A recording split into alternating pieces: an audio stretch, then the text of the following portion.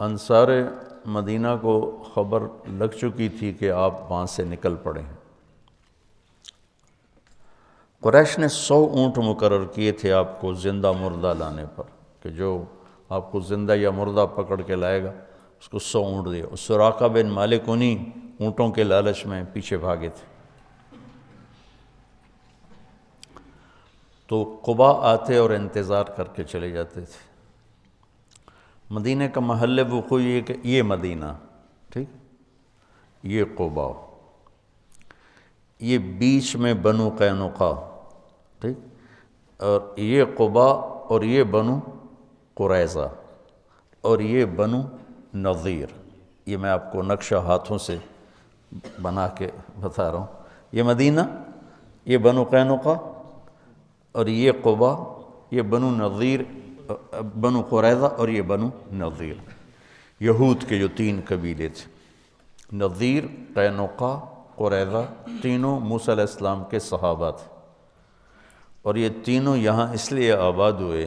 موسیٰ علیہ السلام جب حج پہ تشریف لائے، جب واپس جا رہے تھے مدینہ سے گزرے، تو انہوں نے پہچانا کہ یہ وہ جگہ ہے جہاں آخری نبی آئے گا۔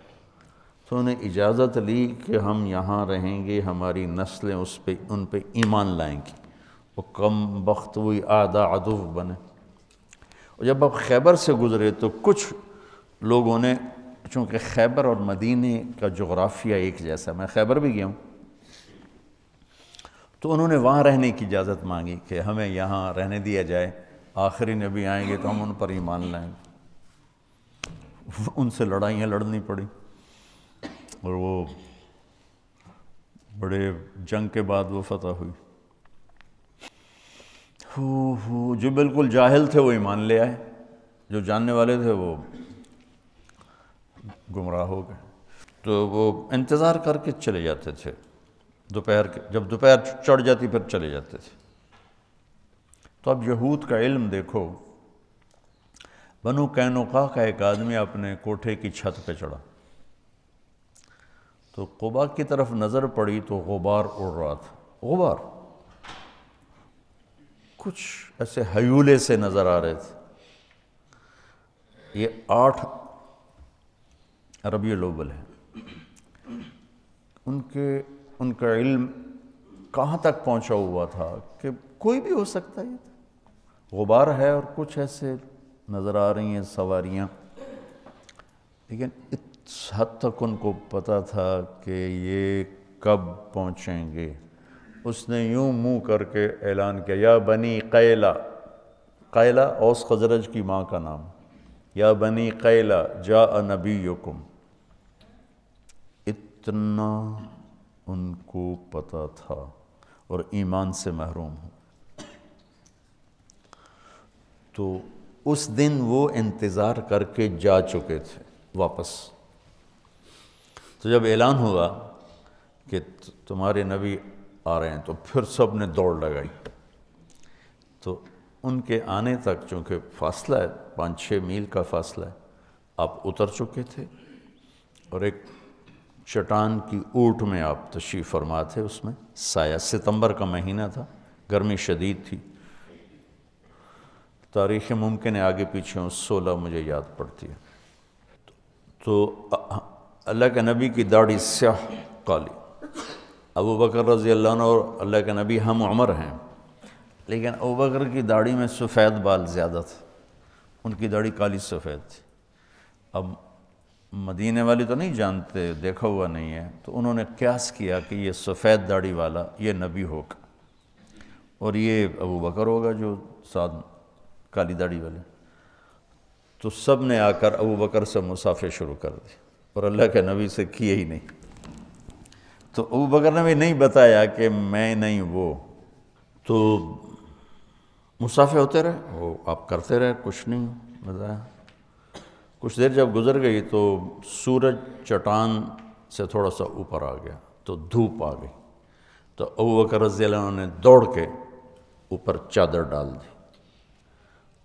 اس پر پتہ چلا کہ یہ تو سارے مصافحہ ہی غلط ہو گئے، یہ نہیں، یہ نبی ہیں۔ تو پھر انہوں نے مصافحہ کی یا نہیں کیے، یہ کہیں نظر سے گزرا نہیں۔ کیے ہوں گے پھر ادھر بھی. تو پھر قبا والے بھی آ گئے. تو کلثوم بن ہدم اس وقت مسلمان نہیں ہوئے تھے، بعد میں جو سارے ایمان لے آئے. ان کے گھر میں آپ کو بطور مہمان ٹھہرایا گیا. تو آپ اچھے نام سے فال لیتے تھے، غلط نام غلط معنی تبدیل فرما دیتے تھے. تو اس نے اپنے غلام سے کہا نجیح نجیح، کھجوریں لاؤ مہمان آئے ہیں. تو اللہ کے نبی نے ایک دم کہا نجح امرنا نجح امرنا. نجیح کامیاب، مکمل کام ہوگا. نجح کہ ہماری ہجرت کامیاب ہو گئی. آپ نے اس کے نام سے یہ فال لی. پھر 4 دن آپ نے وہاں قیام فرمایا، اور ایک روایت میں 2 ہفتے قیام فرمایا. تو بہرحال جتنا بھی قیام تھا 4 دن تھا یا 2 ہفتے کا. دن جمعہ کا تھا جب اہل مدینہ آئے اور آپ کو چاروں طرف سے گھیر لیا، اور آپ اپنی اونٹنی قصوہ پر، یہ سارا سفر تھا. وہاں اپنے مسجد قباء بنائی، جو اب بہت بڑی بن چکی ہے، قدیم پرانی، میں نے 84 میں دیکھی ہوئی ہے، چھوٹی سی. تو سامنے بنو سلیم کا محلہ آ گیا اور جمعہ کا وقت داخل ہو گیا. تو پہلا جمعہ ادا کیا گیا.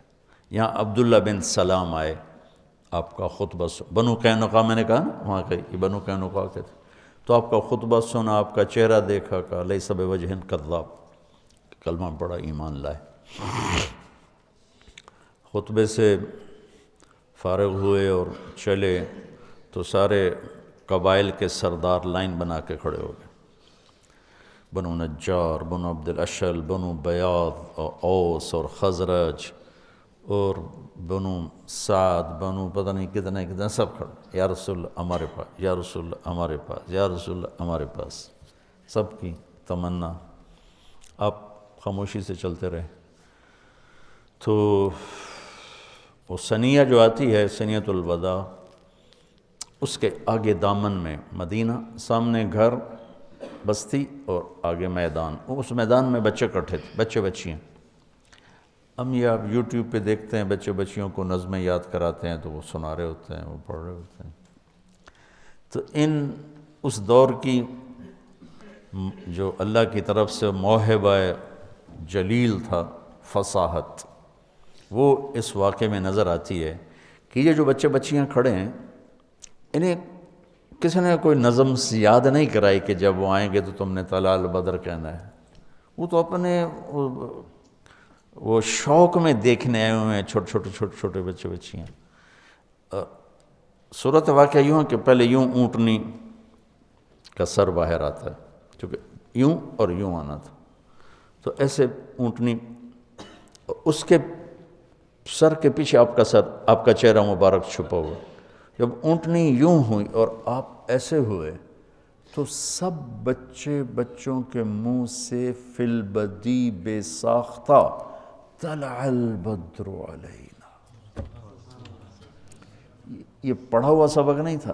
طلع البدر علینا من ثنیۃ الوداع وجب الشکر علینا ما دعا للہ دعا ایہا المبعوث فینا جئت بالامر المطاع جئت شرفت المدینہ مرحبا بک یا خیر داع.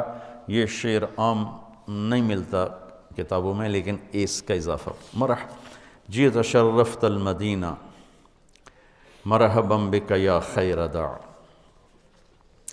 آپ نے، اور عورتیں ساری چھتوں پہ چڑھی ہوئی تھیں آپ کو دیکھنے کے لیے.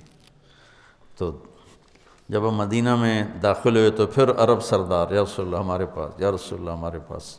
تو آپ نے اس کی ایسے رسی چھوڑ دی کہ دعوها فإنها مأمورہ، اسے کچھ نہ کہو، جہاں میرا اللہ لے جائے گا یہ اونٹنی وہاں جائے گی. اور آپ کے دل میں تھا بنو نجار، چونکہ آپ کی دادی بنو نجار میں سے تھی، سلمہ جو عبد المطلب کی والدہ ہیں، وہ بنو نجار سے تھی، جو ہاشم نے وہاں شادی کی تھی. تو آپ کی اونٹنی چلتے چلتے چلتے ایک کھلے میدان میں جا کے بیٹھ گئی، بستی کے وسط میں تھا۔ تو اس کو آپ نے پسند کیا اپنی مسجد کے لیے۔ تو آپ نے پوچھا یہ زمین کس کی ہے؟ بعد میں، اس وقت نہیں، بعد میں۔ ان کا جی 2 یتیموں کی ہے۔ تو ان کے سرپرست کون ہے؟ کہا جی اسد بن زرارہ ہے۔ آپ نے ان کو بلایا کہ یہ زمین ہمیں مسجد کے لیے چاہیے۔ کہا جی ہم تحفہ دیتے ہیں۔ ہم نے کہا یتیم کا مال ہے، تحفہ نہیں ہو سکتا ہے، پیسے لگاؤ۔ کہا ٹھیک ہے جی آپ پیسے لگوائیں، ہم اس سے آپ کو سستا کر کے دے دیں گے۔ ہم نے کہا ٹھیک ہے۔ تو اس کے پیسے لگوائے گئے تو 7 دینار اس کی قیمت بنی۔ میرے نبی نے کیا کیا کہ تمہارے سامنے بھی 7 دینار قیمت لگی ہے، ہم آپ کو 10 دینار دیتے ہیں مسجد کے۔ آپ نے 10 دینار میں وہ جگہ خریدی۔ تو اس کے بعد آپ کی اونٹنی اٹھ گئی۔ یہ میں نے بعد کا واقعہ سنایا ہے آپ کو۔ آپ کی اونٹنی اٹھی، جیسے میں یوں آپ کو دیکھوں اور پہچانوں بھائی کون کہاں بیٹھا ہوا ہے، تو اس نے ایسے ایسے دیکھنے شروع کیا ایسے، اور سیدھی بنو نجار کی گلی اس نے پکڑ لی اور جا کر ابو ایوب انصاری کے دروازے کے قریب بیٹھ گئی۔ تو یوں میرے نبی بنو نجار کے مہمان بن گئے، جو آپ کے اندر کی تمنا تھی کہ میں بنو نجار میں بیٹھوں۔ تو اس سارے سفر میں ابوبکر صدیق رضی اللہ تعالی عنہ ساتھ ساتھ ہیں۔ یہ ان کی منقبت، فضیلت تو بے شمار ہیں۔ بس میں نے تھوڑی سی ہجرت کی اہمیت، وہ پہلی حدیث ایسی تھی، تو میری دعا ہے کہ آپ ہجرت کرنے والے بنو، اللہ کے نام کو لے کر پھرنے والے بنو۔